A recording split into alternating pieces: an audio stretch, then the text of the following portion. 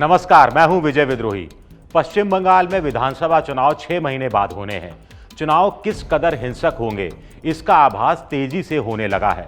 BJP के आक्रामक तेवर और हल्ला बोल स्टाइल राजनीति से साफ है कि वो विधानसभा चुनाव में वैसा ही कुछ चमत्कार कर सकती है जैसा कि उसने पिछले साल के लोकसभा चुनाव में 18 सीटें जीतकर किया था। कुछ जानकारों के अनुसार बंगाल के विधानसभा चुनाव में इस बार बीजेपी सरकार बनाने में भी कामयाब हो सकती है, बशर्ते। ये शर्त क्या है, इसके बारे में आज बात करेंगे।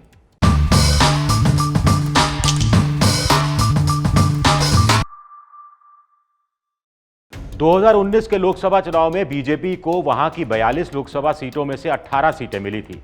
ऐसा विश्वास तो खुद बीजेपी के नेताओं को भी नहीं था। हालांकि अमित शाह 20+ सीटें जीतने का दावा करते रहे थे। लोकसभा चुनाव के समय मेरा कोलकाता जाना हुआ था। तब वहां बीजेपी के स्थानीय नेताओं का कहना था कि वोट प्रतिशत बहुत ज्यादा बढ़ेगा, लेकिन सीटें अगर डबल डिजिट में आ जाएं तो चमत्कार होगा।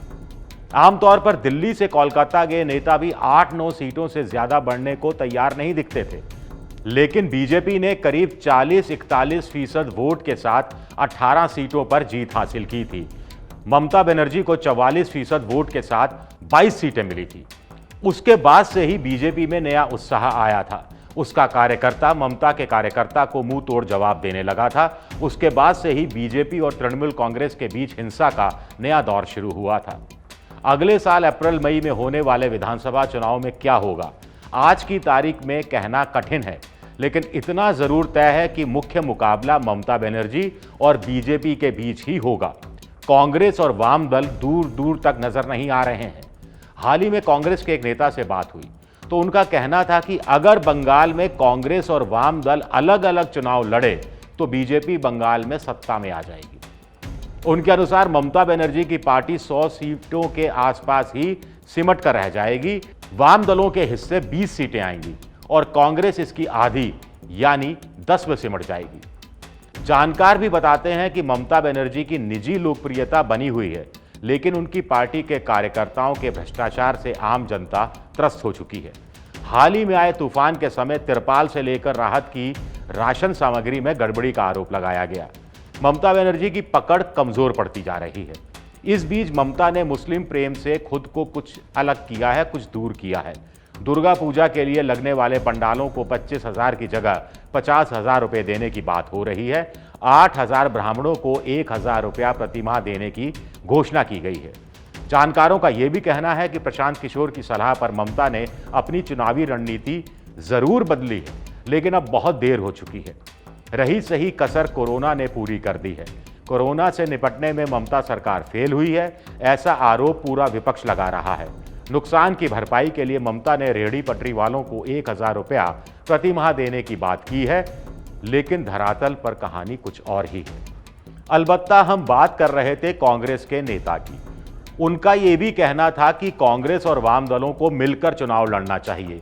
अगर दोनों मिलकर मजबूती के साथ चुनाव लड़ते हैं तो बंगाल में किसी की भी सरकार अपने दम पर नहीं बन पाएगी, यानी त्रिशंकु सरकार होगी। मिलकर चुनाव लड़ने पर कांग्रेस और वाम गठबंधन को 70 सीटों पर जीत हासिल हो सकती है और ऐसे में गठबंधन किंग मेकर के रूप में होगा। तब बीजेपी को सत्ता से दूर रखने के लिए नए समीकरणों पर काम हो सकता है। वैसे अगर बीजेपी को सत्ता से दूर रखना ही मकसद है तो कांग्रेस को ममता के साथ हाथ मिला लेना चाहिए, लेकिन अधीर रंजन चौधरी के रहते हुए ऐसा होना असंभव ही है। अधीर रंजन को ममता की पार्टी के लोग मीर जाफर कहते हैं। मीर जाफर ने नवाब सिराजुद्दीन औला के साथ धोखा किया था। अधीर रंजन को भी मुसलमानों के साथ धोखा करने वाला कहा जाता है।